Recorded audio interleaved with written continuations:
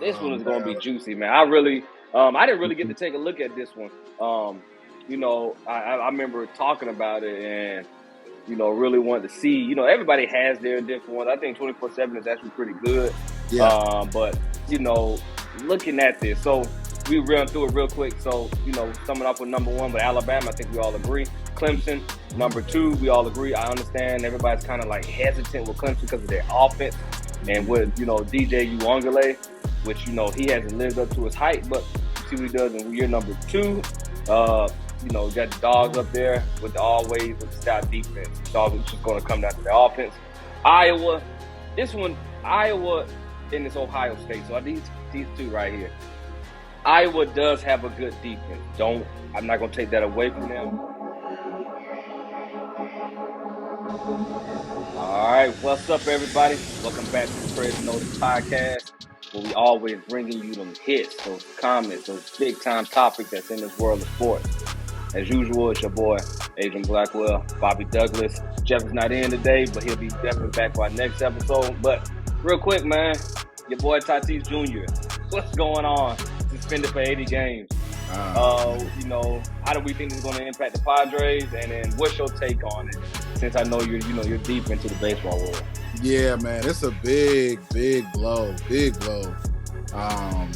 for the Padres. And from reading, it just came through an hour ago, maybe an hour and a half ago, but from reading through, you see the time up there, 7:05 Central Time. So, yeah. He mistakenly took a banned substance, and he didn't use his resources, which that's what's going on too. I mean, it's interesting because we haven't had a prominent player got banned for PEDs in like probably almost a year, 2 years now. It's kind of slowed down. And if they were getting banned, it was like a player that wasn't prominent or somebody that wasn't really as important to the roster. They're all important, but still. So it's interesting. This will make this a little bit more interesting for me. But you can see right here, he was tested for cholesterol. It sucks, man, because Fernando Tatis, he's the face of the franchise. He signed that 14-year mega contract last year. And they just picked up Juan Soto. We just did a podcast about that. Major deal because they're trying to catch the Padres. They're trying to catch the Padres. They're trying to catch the Dodgers. Yeah. Dodgers in first place by 10 games. So they only have 33. Yeah, I know. Yeah, this really dampens their chance, man, because he's going to take 80 games. They got 33 games left, and he's going to take the little bit into the rest of this season and next season. So it's unfortunate, man. I don't know. How I feel about it is, I think in this age, because this has been going on, the MLB has been cracking down on PED usage. So I don't feel no type of, I don't want to say empathy. I just don't. Yeah, it is empathy. I don't feel that because you got to know because your body's an investment. You are an investment. So you have to know, especially what you're putting in your body. And then he admitted to it. I think the silver lining is to admit it. He didn't use his resources. So why wouldn't he use your resources? Because I mean, man, all the way from professional sports team, they lay it out for you. They got, no pun intended. They got massage therapists. That's a tricky topic all of a sudden. Yeah, I know. They have sports psychologists for you. They have rehab as far as cryo tanks. I mean, they got everything now. Doctors on staff waiting on you. So, why wouldn't you be careful? Why would you take the risk? If you know this is something you never took in before, why would you take it? Or if not, hey, let me ask. Let me see. Because just because I think some players, they believe of who they are, they feel like they can get by. Like I'm untouchable type thing. So go back up. So yeah, man, this is unfortunate, and it's gonna be it's gonna hurt the Padres for sure. Is it gonna hurt them? Is it gonna hurt them so bad that they won't be able to make the run for at least for the wild card? Yeah. I mean, they'll make a run, but I mean, why? If you make a big trade for Juan Soto, Yeah. you're trying to get the chip, you know. And they had a good chance to do it this year. I mean, they're back. The last time I checked, they were back 7 games. So, I mean, 33 games, that's a lot of time, a lot of baseball to be played. I mean, that's like an eternity when it comes to baseball. 33 games, man, you're 7 games behind. So, so it's he's that much of an impact of a player. And then he just came back off injury too, because for the first part of the year, he was injured. So he missed the first 2-3 months of the season. So, and that's the other part. So when players get injured, what do? They start taking supplements. They start taking certain things to make them recover faster. So it's the one. It's. I'm wondering, because he had a bad wrist injury. So I'm wondering if that, maybe he's feeling the pressure coming back, and maybe because he's performing well. I mean, his stats. I mean, he still wasn't. I mean, I think he was hitting 292. I mean, that's still pretty good. On base percentage was I think 342. I mean, he's doing well, but I think when you're a prominent player and you sign a big contract like that, I mean, you got to feel the pressure. And he missed the first couple months, and then they were rallying to try to get into the playoffs. So, but no, it's a big loss. It's a big loss for the Padres, and it's just another case, man. You gotta be aware. If I'm getting paid $20 million, everything is going to be by the book. We want to make sure people going to sign off on it, that they recommended this. So if it does blow back on me, hey, this is what was recommended. That my doctor said this, or I went to the team doctor.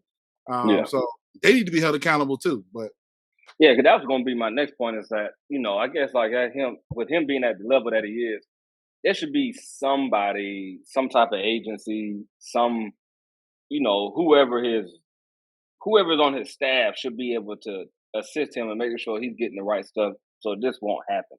You know what I mean? Like the team or the organization should be providing stuff that he's looking for so he still won't get suspended for 80 games. Because like you said, they're already with 10 games behind the LA Dodgers. LA Dodgers is on fire right about now. They're like the best team in Major League Baseball right now.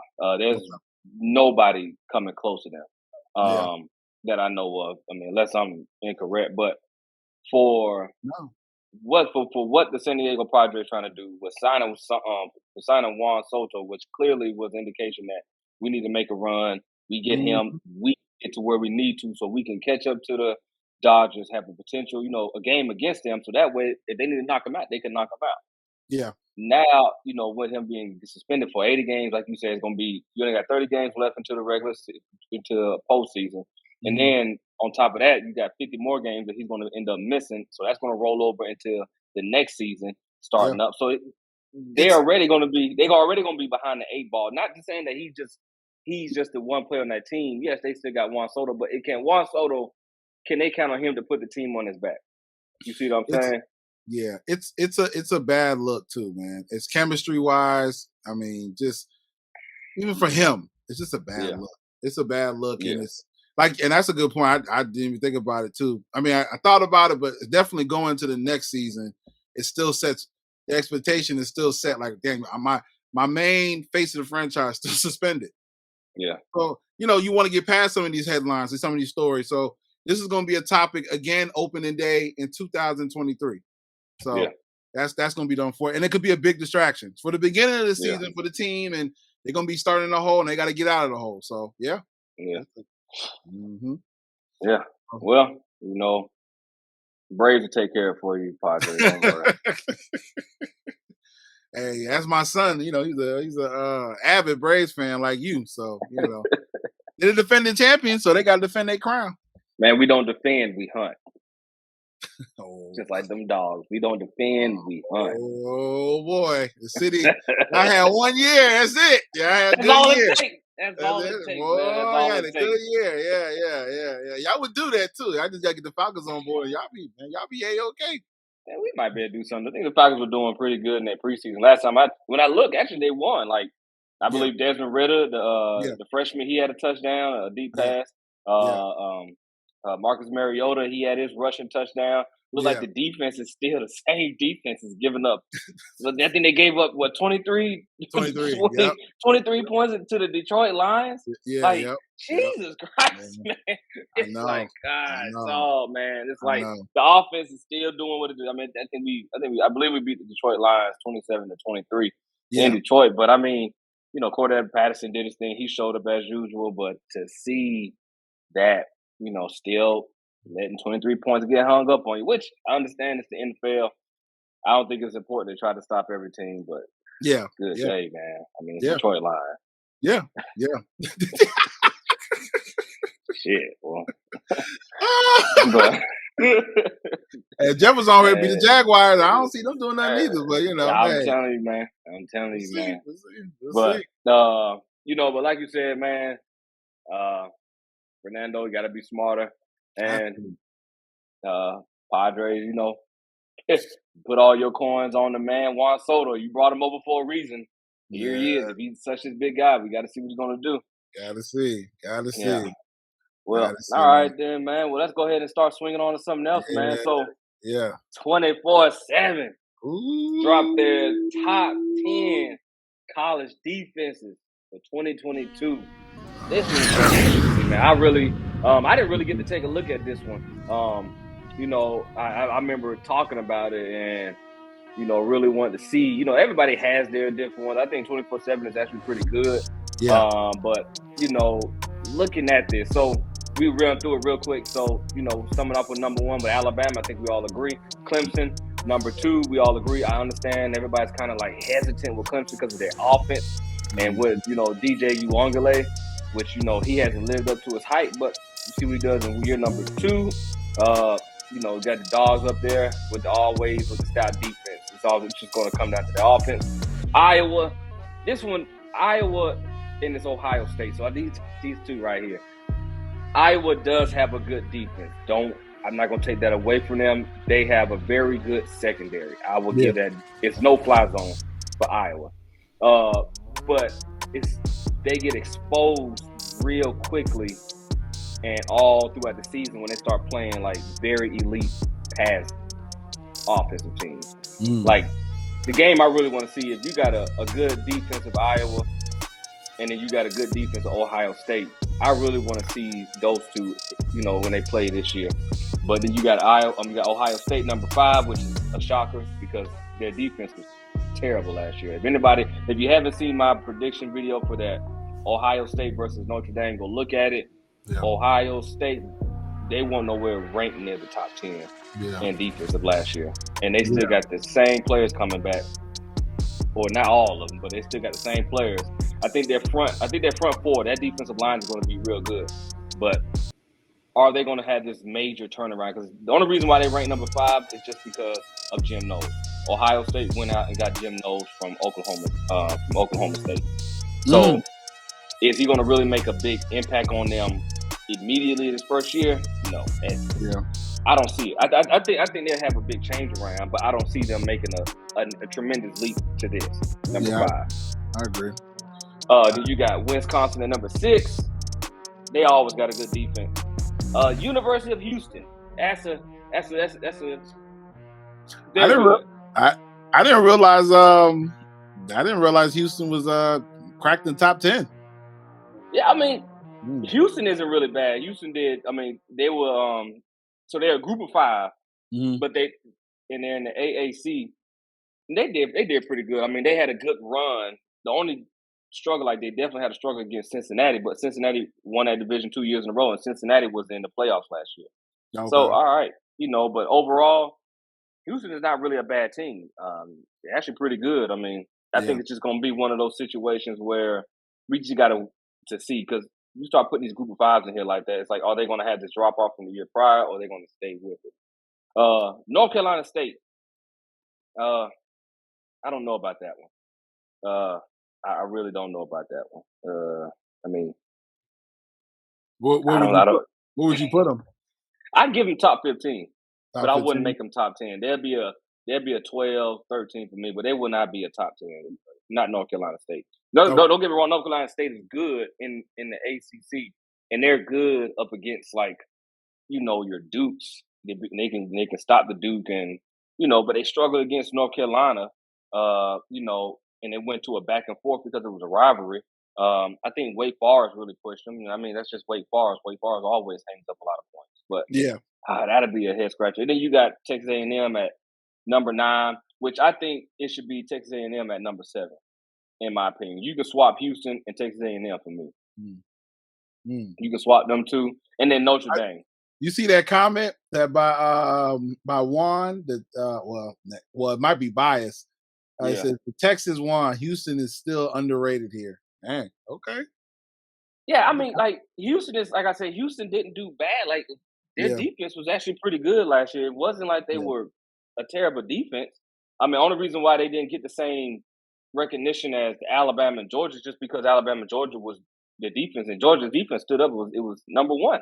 Yeah, Georgia had the number 1 defense in the league, and they won the national championship last year. So their defense stood up. But real quick, I mean, we could chime. We don't have to go in depth with all of them, but we can just go swing back. So, Alabama, the reason why I'm a little not caught. I agree with Alabama being number 1. It could be Alabama or Clemson for me, but Alabama has Will Anderson, Elias Ricks, Dallas Turner, Henry To'oTo'o. Like they got Kool-Aid back there. It's like they got a no-fly zone, and they got real good edge rushers. Like Alabama's going to be a nasty defense. Well, I know. Okay, so I guess I was thinking, but I forgot. So how many people left from that draft class from Georgia? Their 15. defense was nasty too. Oh yeah, 15. Well, 15. That's offense and defense, but the majority of it was defense. Okay, so that's why. Because I'm thinking Georgia's defense was nasty too. So I would put them at least over Clemson. I see why they ranked Georgia number 3 because you just don't know. You don't know. That makes sense. They lost 15 people. Don't know. Yeah. Damn, they lost a lot. So they lost a lot. It was 15 collectively with offense and defense, but 80% of it, 85% of it was defense. Okay, all right. Well, then man. Well, you think 3 is too high? Then I mean, no. If you look at the way Georgia's recruiting class is, no. Yeah. Oh, okay. Yeah. Oh, yeah. You got your boy Kirby with the 10-year, $100 million deal. Oh yeah. Yeah. I forgot. And then you got Clemson at number 2. Look, Brian Brzee alone is nasty. Yeah. Then you have Henry that's going to be right there hitting that guard, and then there's another fella on the other end of Brian Brzee. Like their front 4, that front 7 alone is going to be dangerous. Like I don't, if you think you're going to run up and down on Clemson, give it a shot. It's not going to happen. Yeah. Okay. I'm telling you now, if anybody think you're going to just run up and down on Clemson, it's not going to happen because the players that they had, especially in that front 4 and that just held that front 7 that they had. Yeah. The only one I think is really lost was that super senior. I forgot his name, Koskowski, or how do you pronounce his last name? He's gone. But they had really great linebackers, man. Like Clemson is fine.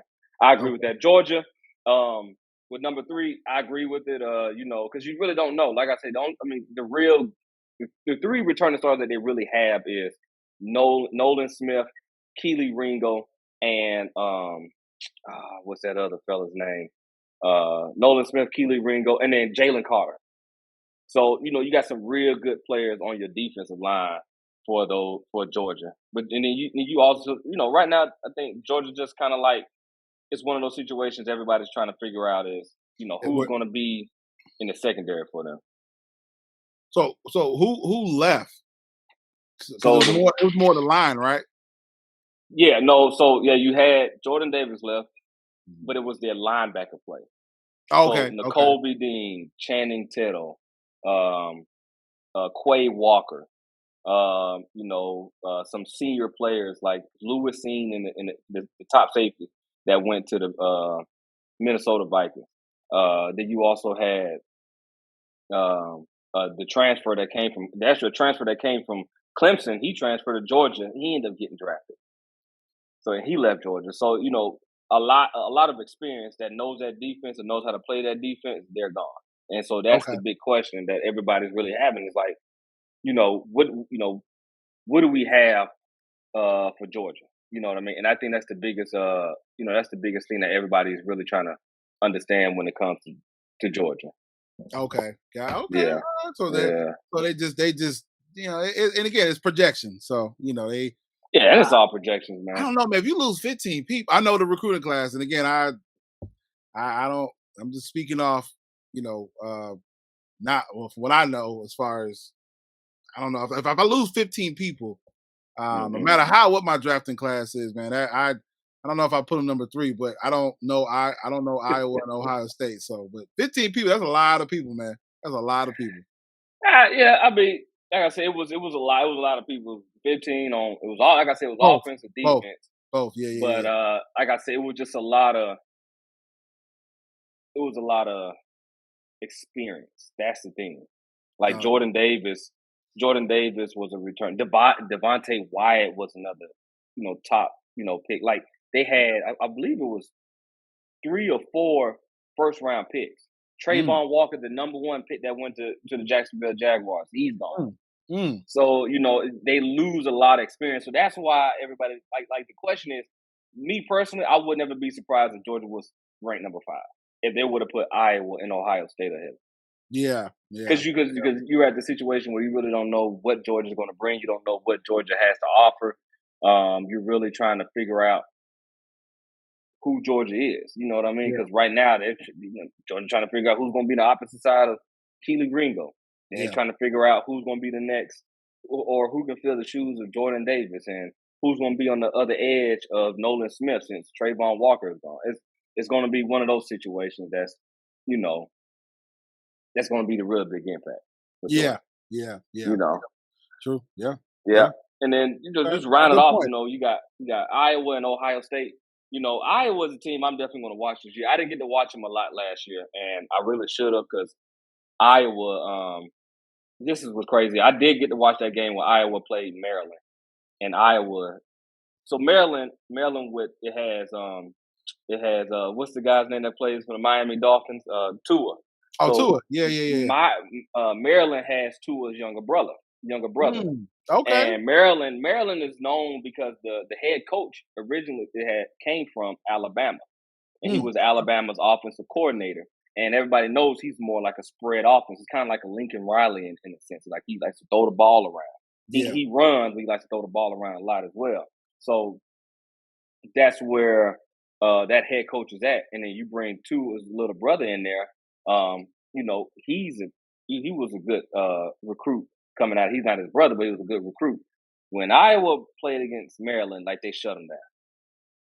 They shut him down. It was like they couldn't throw, they couldn't run. Tua couldn't get it. It just shut them down. Like they started off decent. Iowa started tweaking, started catching on, and they shut them down. Iowa went all of those cornerbacks out there on that field, and they shut them down. Like they just completely shut down Maryland. And Iowa's going to be a team I'm definitely going to watch in the Big Ten because Iowa, they made a run last year to the Big Ten championship. They had to play Michigan. Yeah, I remember they went far. I remember that. They went far. Yeah, they played Michigan in the Big Ten championship. Yeah, they lost, but Big Ten and Michigan ended up going to the playoffs. So to lose to Michigan, who made it to the playoffs, isn't bad. This is the same Michigan team that mud stumped Ohio State. This is you see what I'm saying? This is the same. So it's nothing wrong with I just think Iowa's one of those teams that they always have those good seasons, like when they upset Ohio State back in I want to say it was either 2015, 2016. They upset Ohio State. They always do that. Iowa is always one of those teams that's around, but they just can't get over that hurdle, and that's just because of how they recruit.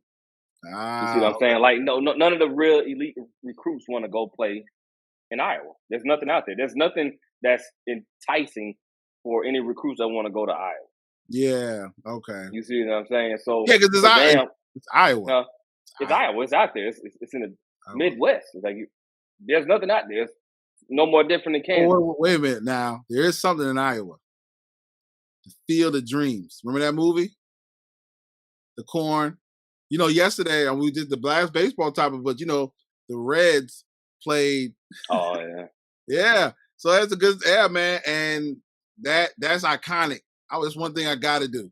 It's iconic. So there is one thing but other than that, I don't know. You go ahead and go out there to your Field of Dreams. Enjoy it. You go out there. Hey man, You tell those recruits as well, like, look what we got out here. The Field of Dreams. And they're Field like, of all right, Dreams, no problem. Yeah, you tell man. them little young 17, 18-year-old men, hey, we got the Field of Dreams. Okay, what else you got to offer? They got Field of Dreams in their backyard. But you know what? At 18, 19, they need to be focused anyway. They need the distractions. Atlanta's a big distraction. Atlanta is a Yeah, big. Well, they're in yeah, Athens though, so they're good. yeah, They're in Athens, but yeah. It's still better than Iowa.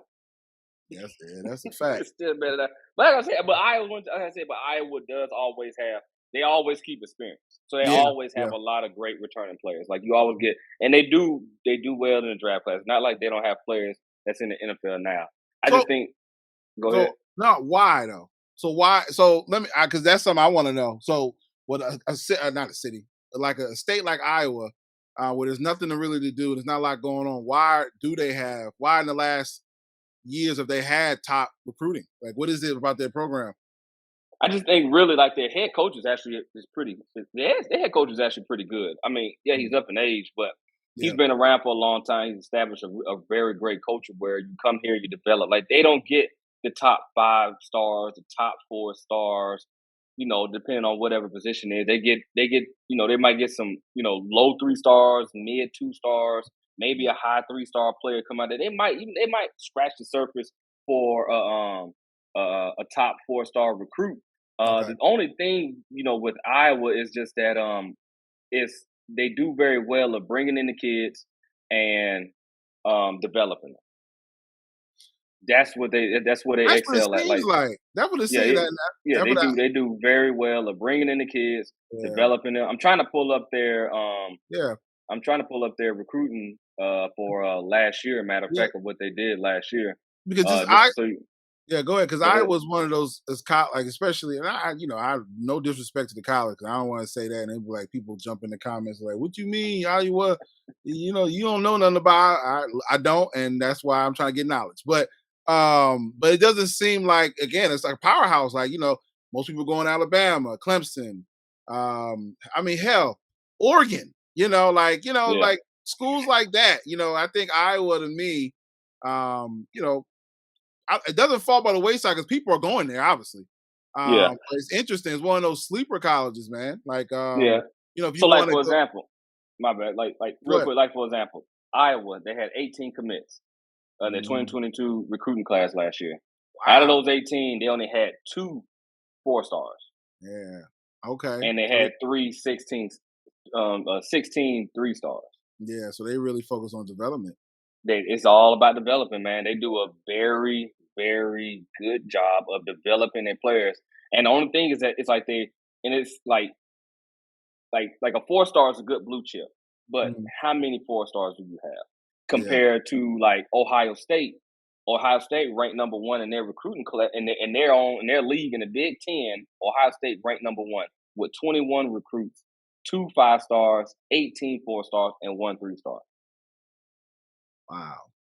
So there's a talent difference. There's a Yeah. huge talent difference. And then when you go overall for all your players that came and I'm just saying, and I'm just go top five recruit. I mean, top 5 teams last year in the recruiting battle was Texas A&M, which everybody said they bought their players. This is Texas. The NIL deal is alive. So Texas has the money. Every school in Texas has money. So Texas A&M had number one recruiting class. Them jokers had 8 5 stars, Mm, 24 stars, and 2 3 stars. They had mm, 30 commits. mm, mm. You see what I'm saying? And then you Yeah. mean like, and then if you just look at Iowa and where they place at compared to everybody else, Iowa, just recruiting right overall ranking, they placed 39. Where's I mean, again, you wouldn't know, but where's Texas on here? Where the Longhorns? Man, they're not back yet. What's not Eli? I about to say Eli Manning. Arch. No, Arch gonna bring Arch him back. Manning, Arch, Arch He gonna Manning bring be him back. back. He'll be there next year, but Texas has a long ways to go. Texas is nowhere near. Texas is nowhere near what Alabama. I put you this: you can have Texas play against Clemson. Mhm, If Texas would have played against Clemson last year, Clemson would have won, mhm, even with the type of year Clemson had. mhm. I I just wholeheartedly. Now the ones who I think Texas would have easily, I don't know because Texas also lost to Kansas. Yeah. Texas lost to Kansas. They lost. They gave up leads to Baylor. I mean, they lost to a lot of teams that they should never lost to. Kansas, you Yeah. lose to Kansas. Kansas hasn't had a winning record. I don't know, probably since the '90s. No. They've been better since the '90s. I'm tripping. Oh, okay. I'm like, damn. Probably the probably 2008 maybe. You know, or 2000 something around that range. But Kansas, like, you know, Kansas. Let me see, in their last winning record. Like it's been a long time for Kansas. It's been a long time for them. You know. Let me see, winning season. I think the last time they had a winning season. You know, yeah, I'm just. Yeah, we gotta. Hey, man, we gotta be factual. Go ahead.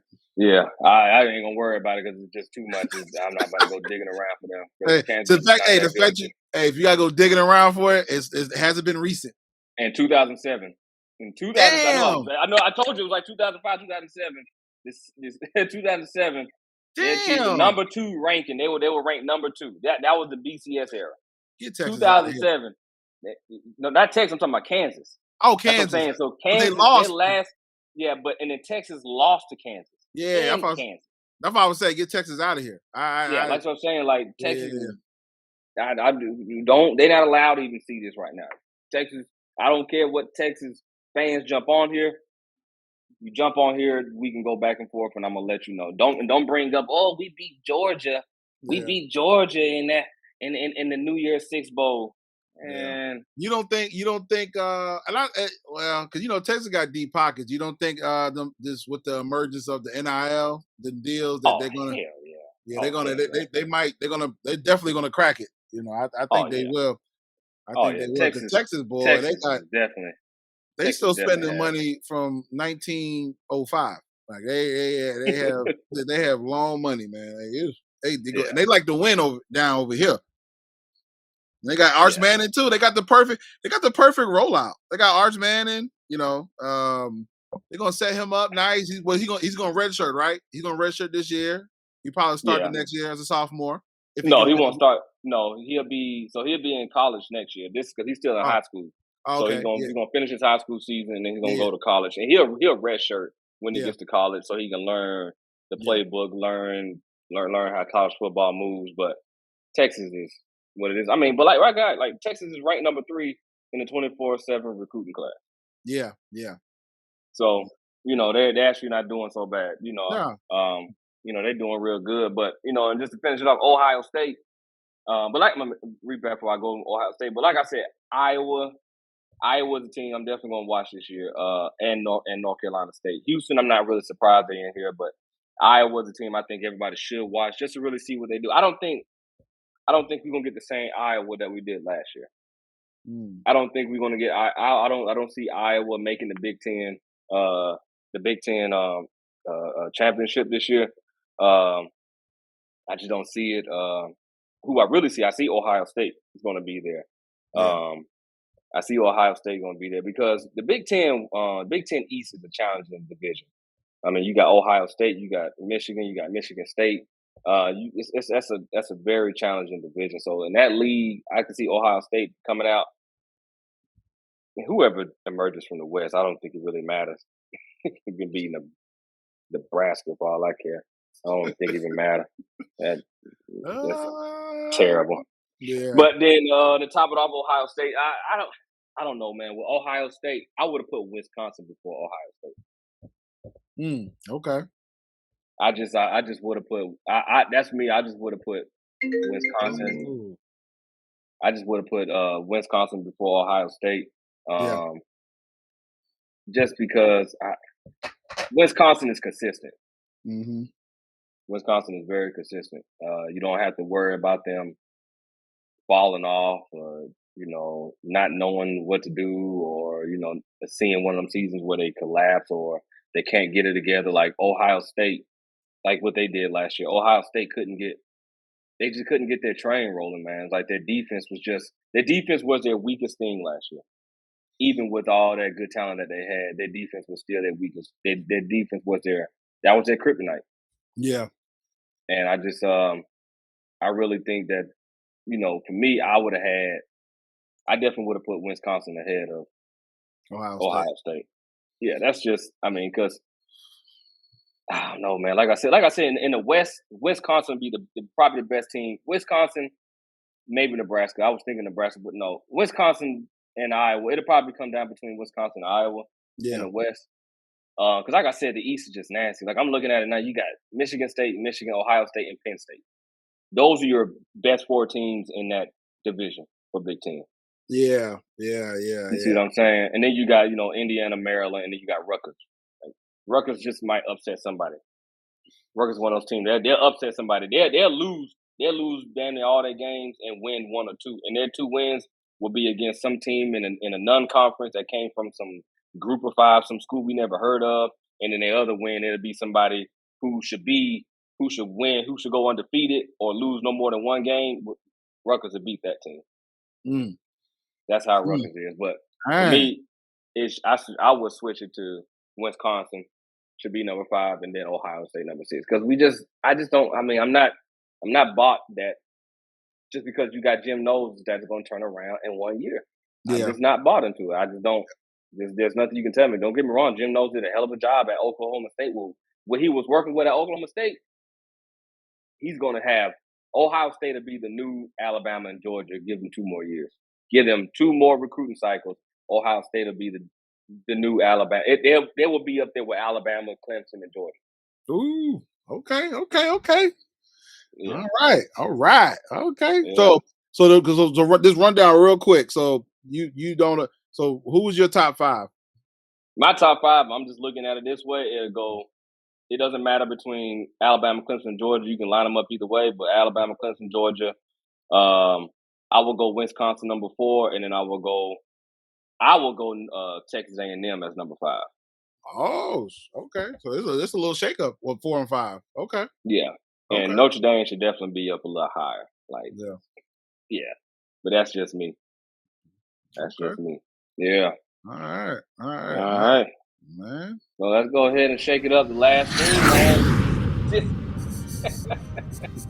Hey, it's just one part that I'm telling y'all, man, he's top 10. I know, man. This is the one where I wish Jeff could make it. Boy, Jeff, I'm sorry he couldn't make it. Because Jeff probably fall out the chair right now. He would. So we gotta reiterate, this is not a ranking. This is the 2022 NFL quarterback tiers. This is pro football focus. So very, very legit. Most people use them as a resource, especially for quarterbacks. So they're ranking them by tier. So who we got? Tier A is the golden oldies. We got Tom Brady and Aaron Rodgers. The who oldies? The golden oldies. So let's do this. So over the past 5 seasons, Brady's and Rodgers ranked 5 and 3rd in the average WAR, wins above replacement, per season at 4.39 and 3.14 respectively. Rodgers' 2020 season is the highest graded season between the two over the last 5 seasons, 95.1. But Brady holds the next 4 spots. Look at that. Hey, I don't disagree with it. Yeah. So, we get down. Oh boy, we get down to number 3, 4, and 5, and this is where it's like. So look at the stats. So all right, there we go. Who's number 3? Come on, let's get to. Let me not get ahead of myself. Russell Wilson. Okay.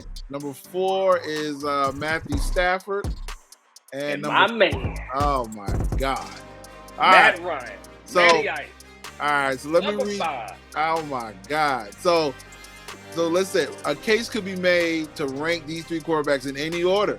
Wilson has the highest average WAR per season among the 3 over seasons in the last 5 seasons. Among the 3 over the last 5 seasons. He just barely beats out Ryan's 3.04 WAR per season with his 3.07. Stafford is a bit lower at 2.51, but just had his best season yet at 3.93. So, man, that's a significant jump because he was with the Detroit Lions.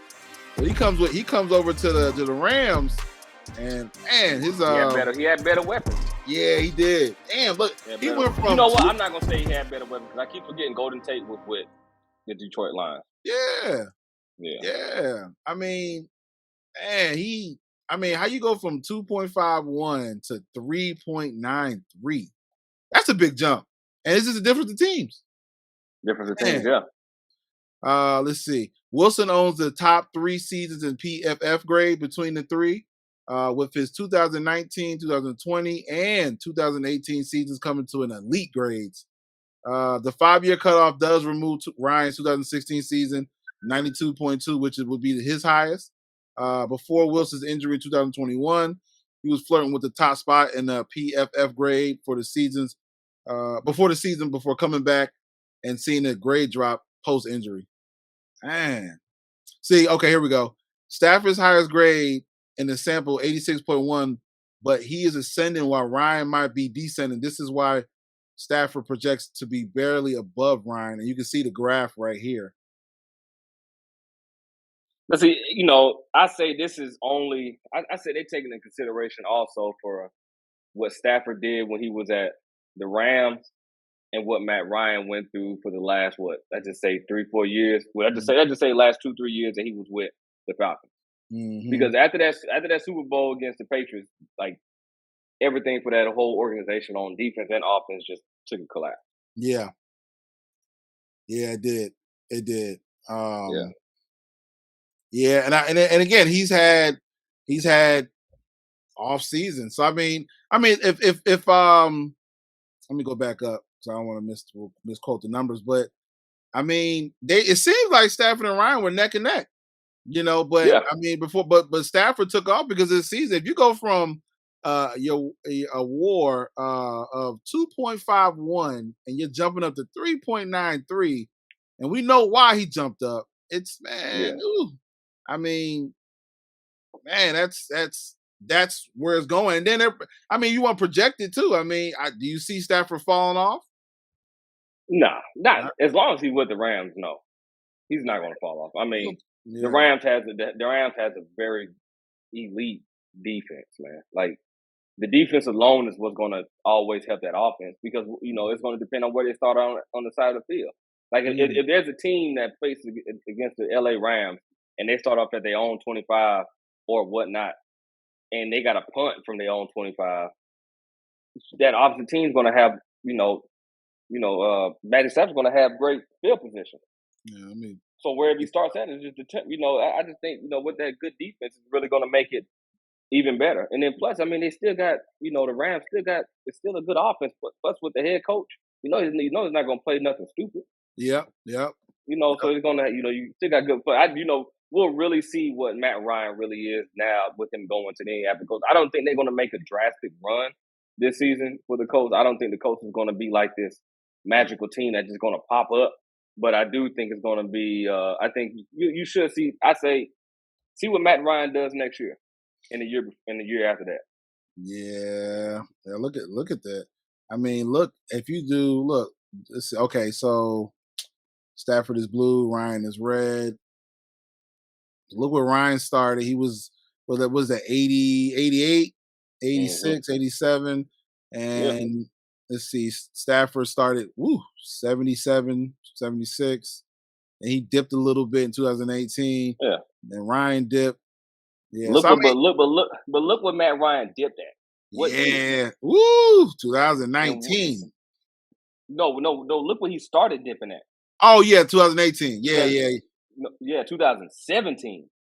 Look, 2017. Oh, the start of the dip. Yeah. Yeah, the start. That's the same year when they faced the Patriots. That was the same year when the Patriots had that glorious comeback. I thought it was 2017 was the dip. Because you know how I know? No, because Georgia Bulldogs, they played in the national championship against the Alabama Crimson Tide, and we also had that devastated 3rd and 28 Hail Mary that Tua threw to Devontae. I forgot his last name, but that's what I'm saying. Like Matt Ryan, he was doing well until 2017. So from 2017, 18, 19, he brought up a little in 2020. And then 2021, it took another dive. And Yeah. it took another dive in 2021 because why? They had a new coaching organization. Yeah. You see what I'm saying? Like they took a nosedive. They brought in a new coach in 2020. I mean, they brought a new coach in 2021 and took it out. Like, I just think for Matt Ryan I think after that 2017, that changed everything for him. Oh, look at that. Because they didn't. I mean, you look at it. It took a nosedive. I still feel as Matt Ryan is a top 10 quarterback. I don't care if nobody has to say he's a top 10 quarterback. His last year was his worst year in the past. Since Yeah. 2006? Yeah. And if you look at the way they played, that whole team was terrible. Damn. And they still went. What was it? 7-10 or whatever however they went. Yeah, they were. Yeah, 7, 8 and 9. Whatever. I think it was 8-9. I think it was 8-9. Yeah. Still had a fairly. Well, I ain't gonna say good season, but it was better than the Jags. That's why I keep trying to tell them better than the Jags. Don't let Jeff do it. Jeff gonna come on like basura trash. So and let's look at the tier B. I want to do the tier B. Who's the shooting stars? So they call them the shooting stars. I zoomed in a little bit more. Can you read it now? Yeah. Okay, cool. I don't want to keep reading them, boring everybody. So they got Patrick Mahomes number 1 and Josh Allen. Yeah. You can swap those two. I don't think you can go wrong. Yeah, I don't think so either. Y'all, as much as y'all think I hate on Mahomes, but if I'm comparing him to Josh Allen, no, that's a good group to be in. Yeah. If you ask me who I'd rather take, I'm taking Josh Allen. But now, let me ask you this question. So the number between 3, 4, and 5: Justin Herbert, number 3; Joe Burrow, number 4; and Lamar Jackson, number 5. I would have Lamar Jackson number 3.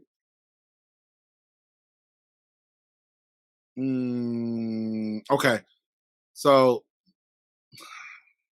because I mean, if it's just me, if I'm looking at they have to be going based off how everything. Like, I wish they had do they got a graph for these? No, they don't have a graph for it. No. Okay, but like Joe Burrow, like remember, not last year, but the year before, he was injured.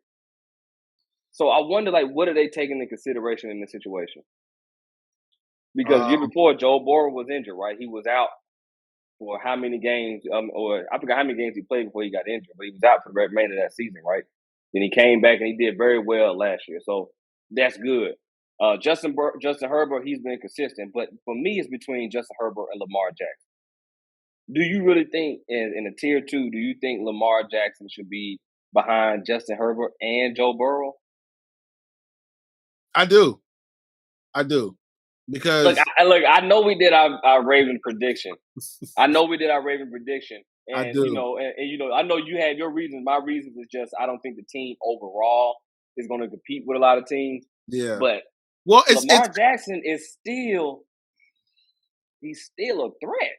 Well, look. Well, okay. So if I read this will also make my point.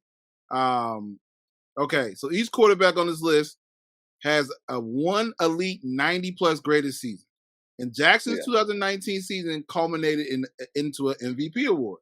Since then, Jackson has posted just 79.3 and then 70.2 overall grades in the past 2 years, respectively. That's still respectable.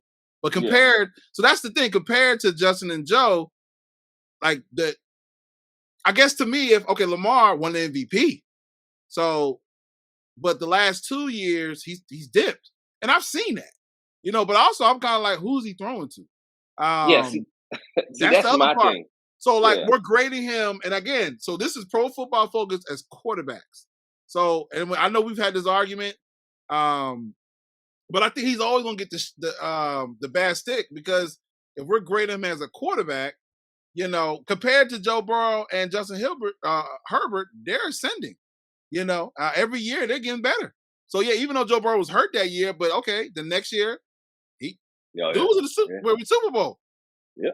So I mean, if I had to base it off that, I would have to, I would have to put him at 5, because Jackson's had it's not bad. It's just not, I think, again, expectation. So how he set the bar so goddamn on high, and now it's pros and cons to it. So the con now is he has to hit that ball almost every time now because you set it so high so early. So it kind of it's to his disadvantage a little bit because he's not that prototypical quarterback. So when they're doing something like this, Pro Football Focus, when they're doing they're rating a quarterback, I can see why they would have him 5, especially with those stats, because he has dropped. I mean, I agree that he has dropped. I just don't know if it's like that low behind. Like I agree with Josh Allen and Patrick Mahomes. They've been consistent the whole time with no dip, but they have also had. I'm thinking even with Josh Allen was still good even before he had Diggs. He was. So, and that's why I think what I see this is going to be, and this I want to say on this Patrick Mahomes and Josh Allen because you're right, they can go separate either way. Let me get back on the screen because I'm reading the screen. They can go either way, but I like.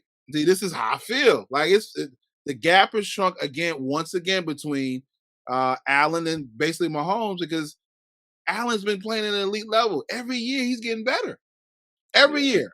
Mahomes is great. He's great. He's good. However you want to put it. But just like he had his worst season of his career last year, 80.4, which is still respectable. It's I mean, it's actually more than respectable. For him, it's a good season. For most quarterbacks, that would be a good season. But again, you set the bar so high. Man, you believe in ceilings? Oh hell yeah. Okay. Yeah. Like I'm not saying I'm not gonna put this on Patrick Mahomes because I don't think he has a ceiling, but I think some players have ceilings, and when they peak too early, like it's a like you're like, oh, we're all in amazement, like, oh man, this is gonna be. We can see the next 10 years. How do we know that? Sometimes some of the best players are just a gradual build, a la my boy Tom Brady. Gradual build. See, you like how I tie that in. But if you peak too early, and especially, again, you can't hide your own greatness. I'm not gonna say, don't peak, but I just think some players really peak too early. Like I really like Josh Allen, like his where he started and where he was at. And his first season wasn't the best either. Like he had a bad first season, bad rookie campaign, right? Yeah, but I don't think it wasn't. It wasn't horrible. I mean, it wasn't horrible. Like he came to a Buffalo Bills that was rebuilding, so it was building around him. Yeah, like, I mean, who was that quarterback before him? I forgot who the quarterback was for Buffalo Bills before him. Rex Grossman? No, he was gone. I can't remember. Yeah, I can't remember. But I mean, go ahead. Yeah, no, I was just about to piggyback. I don't know. That's a really good question. Damn, we're going to look that up. Yeah. But so who was the C mixed bag? They call them the mixed bags. We got Dak Prescott, Kyler Murray, Derek Carr. Huh. Let's see. Yeah, here's a group. They don't even have no 5. They just got Dak Prescott, Kyler Murray, and Derek Carr. That Derek Carr is kind of I'm scratching my head on that one. Why you think he should be? Where you think he should be at? Y'all know where I stand with him. You think he should be in this tier right here? You think he should be with the shooting stars? I can't put him with the shooting stars. Okay, well, you know what? It's funny because now I'm thinking like I see why they say mixed bag. Yeah. Because if you're asking me to compare him against those, then I see where they're coming from with the mixed bag. Yeah. I see where they're coming from with the mixed bag. Yeah, I can see him in here. I think it's actually a perfect list because it's all a toss up. The mixed bag. I think they hit this one on the head, man. Like with the perfect hammer. Like Dak Prescott. They're all polarizing to me. Like Kyler Murray is. Is Derek Carr really polarizing? Man, he is. He can be. But definitely Dak Prescott and Kyler Murray. But man. I think why they feel that way with Dak Prescott is because, like, especially with last season, like they had the chance to get to the playoffs, and he made that dumb, mistake. Like you've been playing football for how long in the NFL? You should know the rule by now. Yeah. Like you should know that you should know that the referee has to touch the football first Yeah. before you can hide the ball. Like Yeah. you've been in the league for how long? Yeah. You know, hell, him and the center. Y'all both been in the league for how long? Y'all should know this. 5 years, right?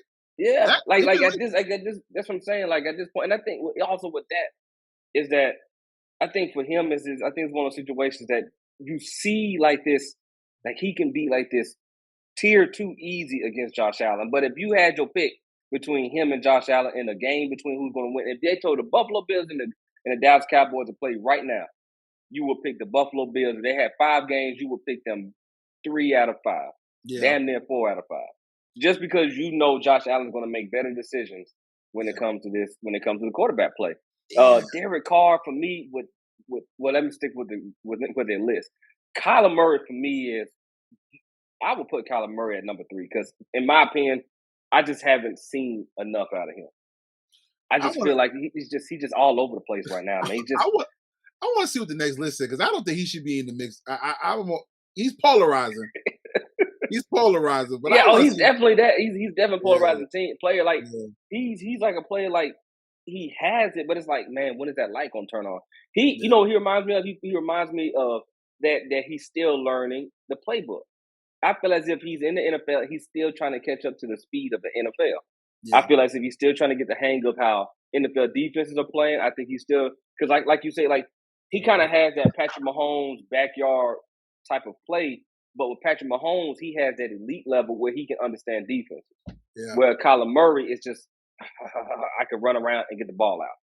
Where that's not going to fly all the time. You can't pull that off. You can't pull it off like a Lamar Jackson or Patrick Mahomes, or hell, even like a Josh Allen. You can't pull it off like that all the time because you're not at that level where you can, sidearm a ball. You're not at that level where you can throw it on a run and then throw it deep like that. This is not Oklahoma. This is Arizona, where everybody, like Jeff always says, you got to be good to play in the NFL, and to be a starter in the NFL, you got to be great. So I think that's the thing with Kyler Murray. Yeah. And then with Derek Carr, I know I've had my take on Derek Carr when it comes to the Hall of Fame, but I do agree when it comes to mixed bag because for how long he's been in the league, yes, his QBR rating is great. Yes, his yards that he's got so far, what we said, about 31, whatever it was, 31,000 yards so far. That's good, but it's like you put up a lot, but to what? Because I remember when I lived in Kansas and I went and go watch Kansas City Chiefs when they played them in the wild card. It was cold as all get out. And you just seen when they came in there, like Derek Carr he was just nowhere to be found in that wild card game. Like he was just lost. And I just feel as if I now see what they're talking about. Like, yes, he's definitely a mixed bag. He's like you know what he is? He's fruity. He's like Fruit Loops. You just don't know we don't know what color you get. It's just a box of Fruit Loops. You just pour whatever color come out the bowl is what you get. That's what all of them are. All of them are. Especially Dak Prescott. One minute you might get this elite quarterback play, next minute you get this. You don't know what the fuck. You don't know what you're getting. You don't know what you're getting. I'm about to damn cuss on this because I don't know what you're getting.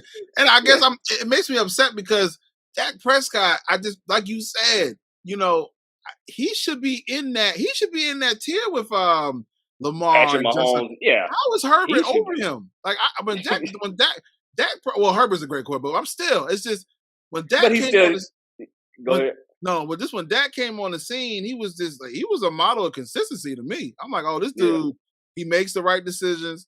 He's consistent.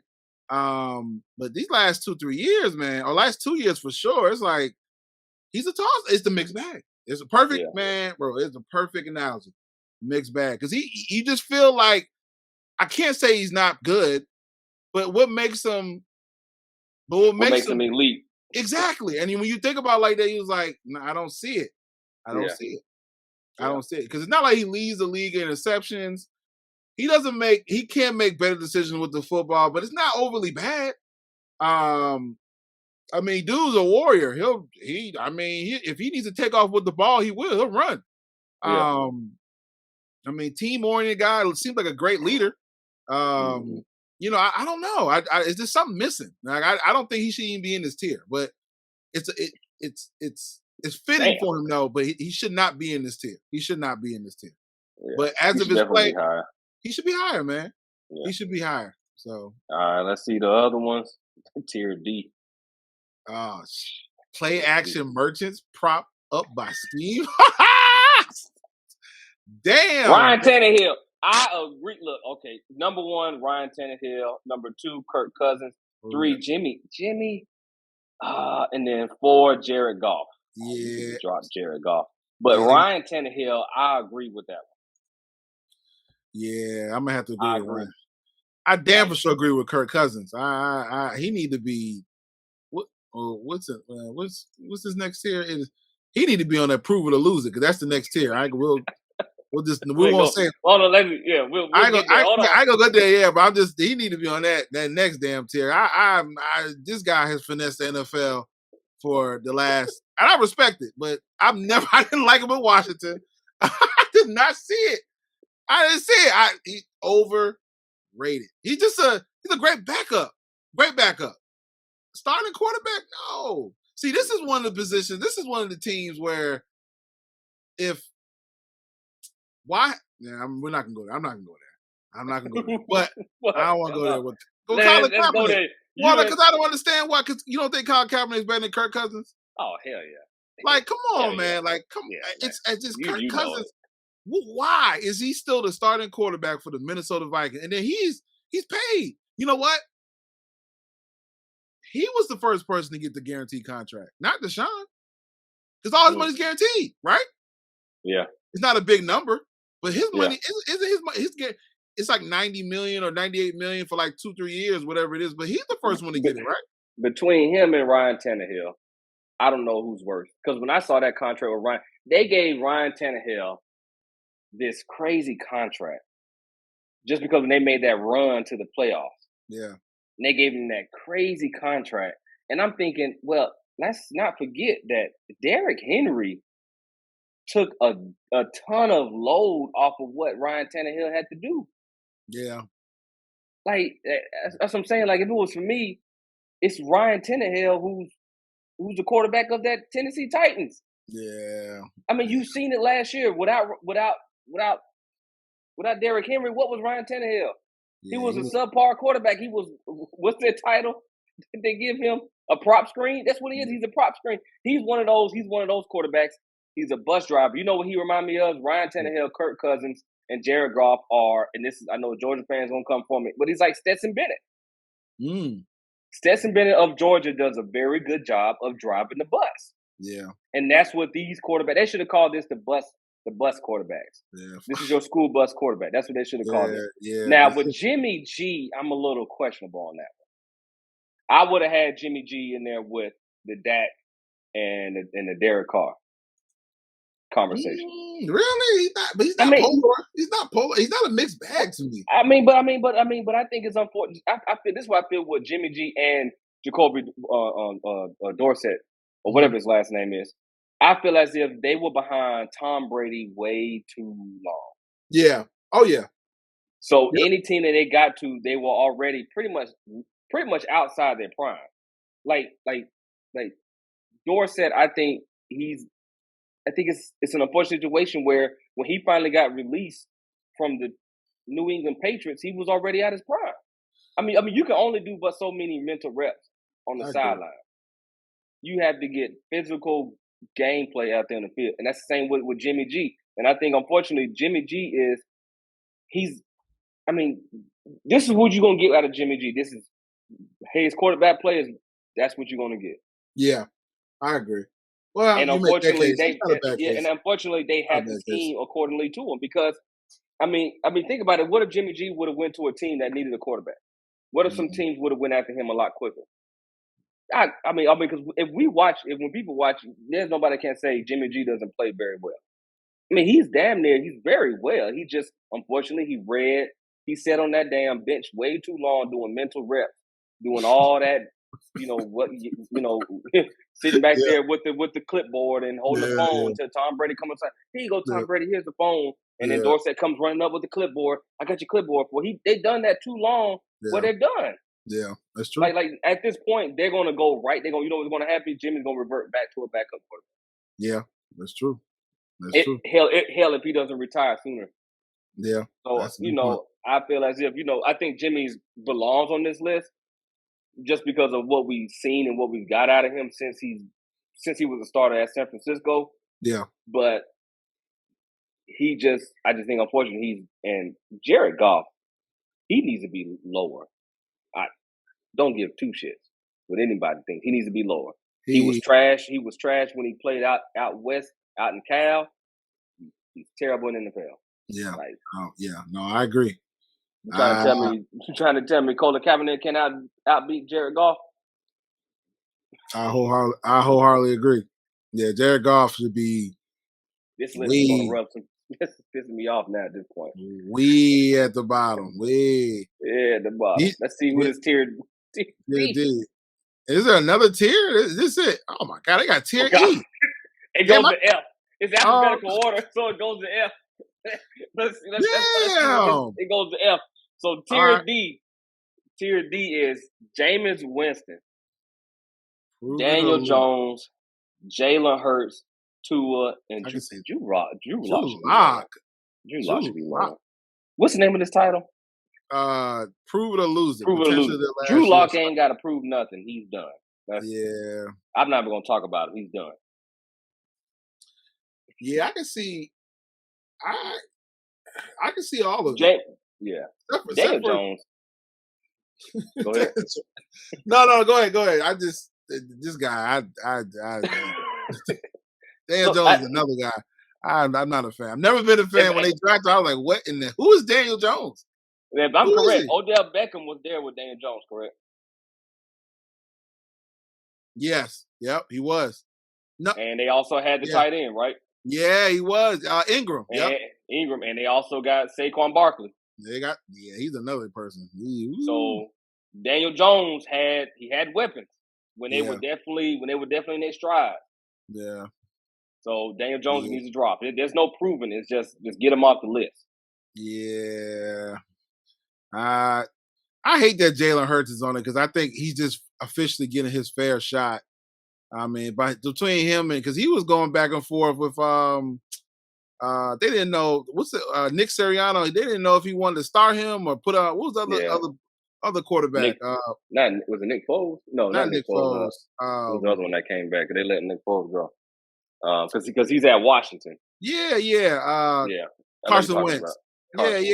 Yeah. So I don't think he got his fair due, but he is. Unfortunately, he is. I mean, this is why they stacked the team too. So. I mean, let me ask you this. Should be good though. Let me ask you this. So, how long has Jalen been a starter in the NFL? Yeah, in the NFL.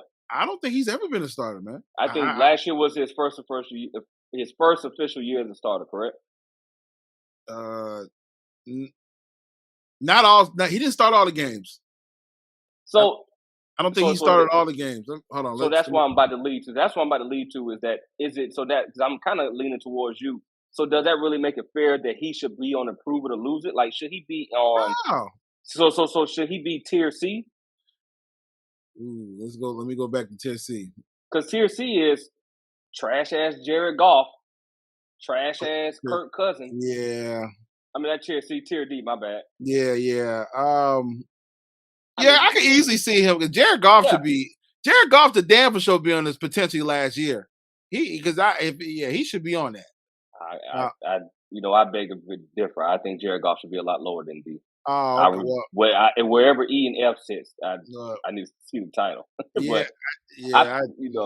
I agree. Like Jameis Winston, I agree. He needs to prove it last year. Yeah, this is it for Jameis. Yeah, this is it for then who we got? Drew Lock, Jalen Hurts, Tua. Oh, damn for sure, Tua. Yeah, this is it for him too. Yeah.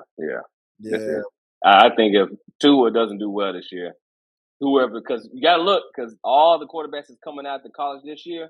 Yeah, it's going to be a heavy quarterback draft class this year. Yeah, it says right here, Tua is set up for success this season because the Dolphins they've created a better environment. They have. Yep. So, I mean, this is his third year. This is his third year. So usually that's about around the year where it's either your make it or break a year. So, you see Hurts. Hurts had 70-plus graded season with a 77.1 grade last season. Look, Locke has not even eclipsed the 60. Man, he shouldn't even. He need to be a backup. Yeah. He need to be a backup. Just make him a backup. Tier E. Let's not get our hopes up. Carson Wentz, Marcus Mariota, Mitchell Trubisky, and Sam Darnold. Damn. You know what? I feel bad for all these players. Yeah, because everybody but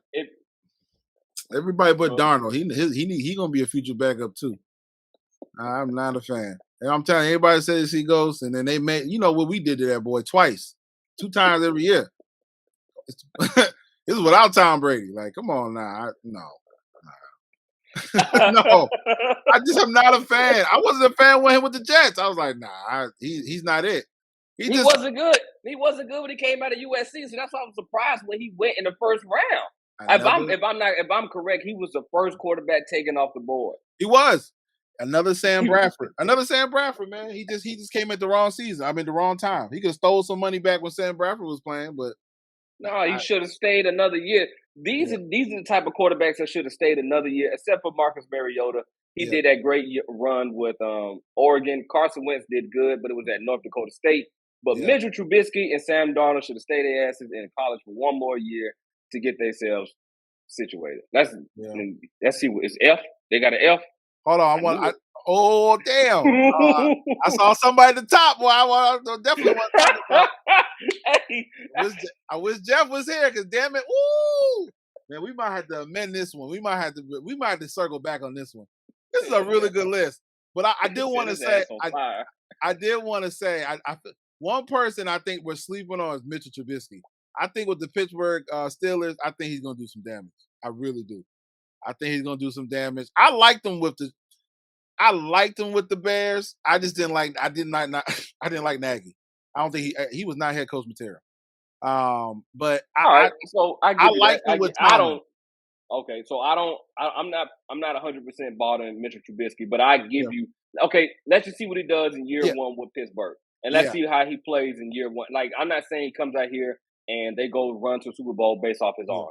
Let's just see what he does, because Pittsburgh has some good weapons. They got Najee Harris. They got from all the little scouting films I'm seeing, George Pickens is terrorizing those quarterbacks out there. Yeah, he is. And then they got the defense. They got that what's it, TJ Watt on the edge. And then they got Michael Fitzpatrick. Pittsburgh. Look, they're one of those teams where, again, the quarterback doesn't have to be stellar. It just needs to be. It just needs to make the right decisions, and he can run. He has elusive speed. It's this elusive, deceptive speed. So if he needs to get out of the pocket, not like how Big Ben was. The Big Ben was another monster back in his young career, But I think he's that prototypical for the Ben. Not for the Ben. I'm about to say for the Ben Steelers, for the Pittsburgh Steelers. I think he's going to start, and I think he's going to make some noise. But it's a sleeper pick right there. A sleeper quarterback. I don't want to say it's my pick, but he's going. If we have to pick sleeper players and we do it by position, I think Mitchell's will be my sleeper quarterback player for the year. And maybe we should do it. Maybe do a topic like that. Sleeper positions. That'd be another good topic.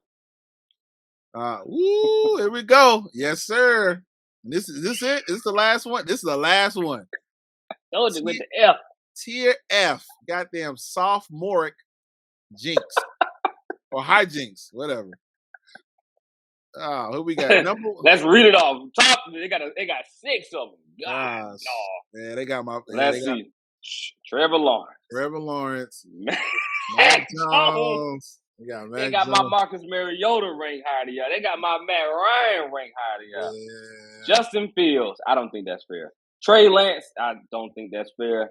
Zach Wilson is. I don't know. And then Davis Mills. Yeah, let's see. You know, Jeff would jump on here. I defend Davis Mills. You're defending the hell out of some Davis. I know. Mills. I know. I'm like, I'm here, and I just, I'm here in Houston. I didn't see no noise from brother. Like, I didn't see no Mills jerseys. I didn't see nobody rock talking about Mills on the radio in the barbershop. He was going hard. He goes hard for Mills. I'm like, he's not a life changer for Texans. No, I don't see it. Yeah. I might agree with this list too. I mean, it's their sophomore year, and Yeah. I'm not so high on Trevor Lawrence, but I know, he has a high ceiling. Mac Jones, I, my honest assessment about him, I just feel like he has a ceiling.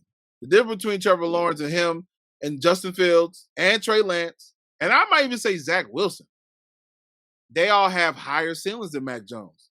So I would love, and I maybe he can evolve his game, and I'm very interested to see where they go with the Patriots, because I know he's been struggling with the offense of learning a new offense, and I mean, if you look at our offense, who do we have? And that's the problem. And it's the same reason why Tom Brady, he was doing it for years, but even he got the hell up out of there. Well, he didn't want to, but he got the hell on, and because you gotta have some weapons, and especially in this time. So Bill Belichick got to stop being cheap, man, and you develop these boys or spend the money. You got the money. Well, Robert Kraft definitely got the money, but so I'm concerned about him. I'm just concerned. I think he'll be fine, but I'm concerned. I'm concerned about his growth, his maturation, because we lost Josh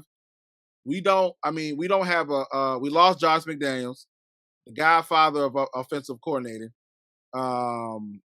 We lost. No, we didn't lose. We got Joe Judge back, and we got Matt. Well, Matt Patricia was already on the team, but we got Joe Judge back from last year when the Giants fired him.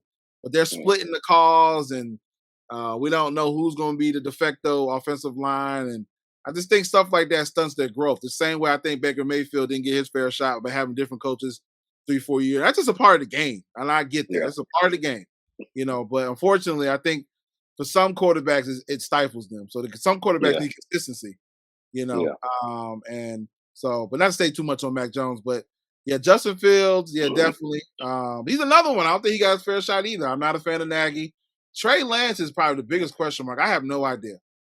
I don't. Yeah, for him to be on this list, I'm a little confused because I mean we don't have enough body of work to really judge him and say to really put him in a tier F. We don't have nothing. I agree with Zach Wilson and David Mills. We see what they did. Yeah. But to put Trey Lance on here, I mean, I really don't get it. I don't get it because, I mean, what do you have? Hell, you got Ian Book has more work done, and they got him on which what it says Wilson played most of the season and finished 7th in total rookie WAR, which ranked behind Ian Book. So, and Ian Book played I think a game or two when the starter quarterback went down.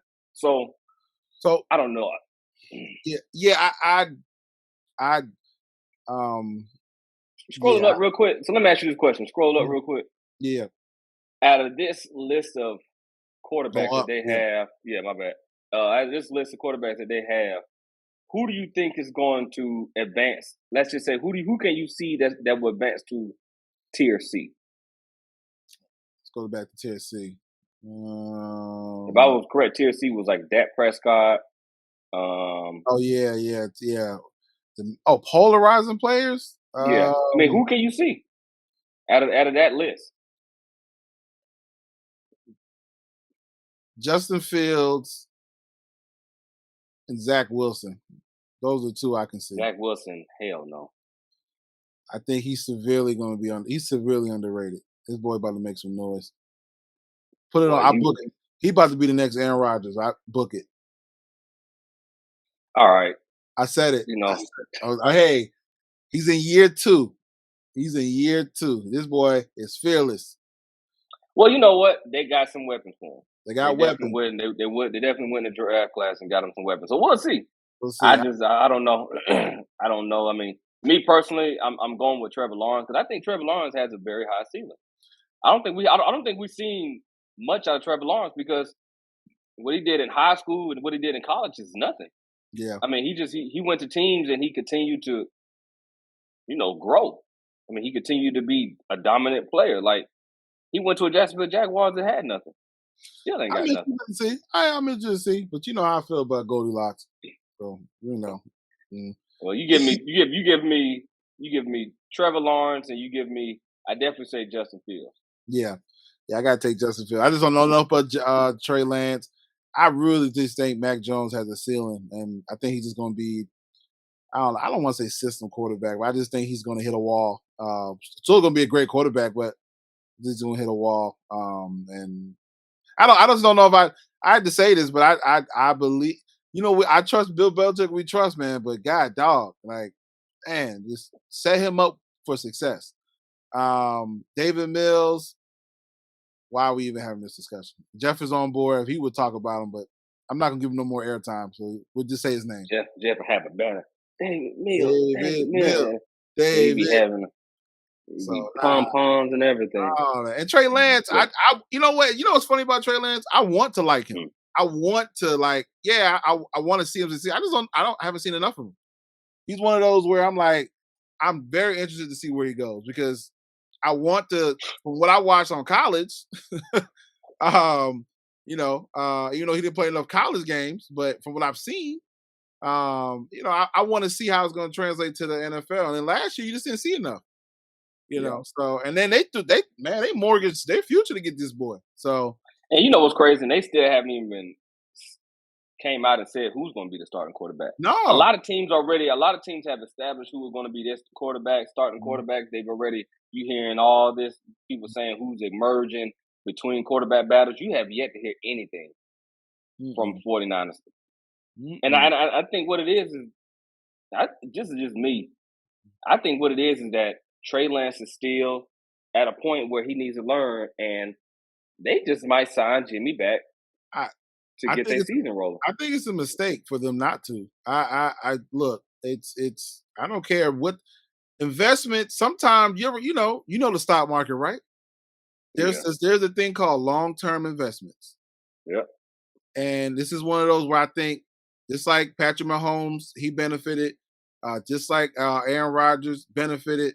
Who else? Many players have benefited sitting behind, holding the clipboard, watching, observing, getting in OTAs, playing. Like that matters. I mean, we've gotten to an age where we're just throwing these boys in, and I get it because the money is crazy these days and expectations are super high. But Trey Lance, even Justin Fields, all these quarterbacks, like even all of them, but maybe Trevor Lawrence because he was a number one quarterback and you number one pick, you got to play. But I think all these quarterbacks would have benefited if they would have sat out a year, or at least a year or two. But definitely Trey Lance. I think Jimmy Garoppolo, letting him go is a mistake. Bring him back for another year. Trey Lance is 22? 20, he's young. So why throw him in the fire? That boy, man, look, you're going to get this boy hurt.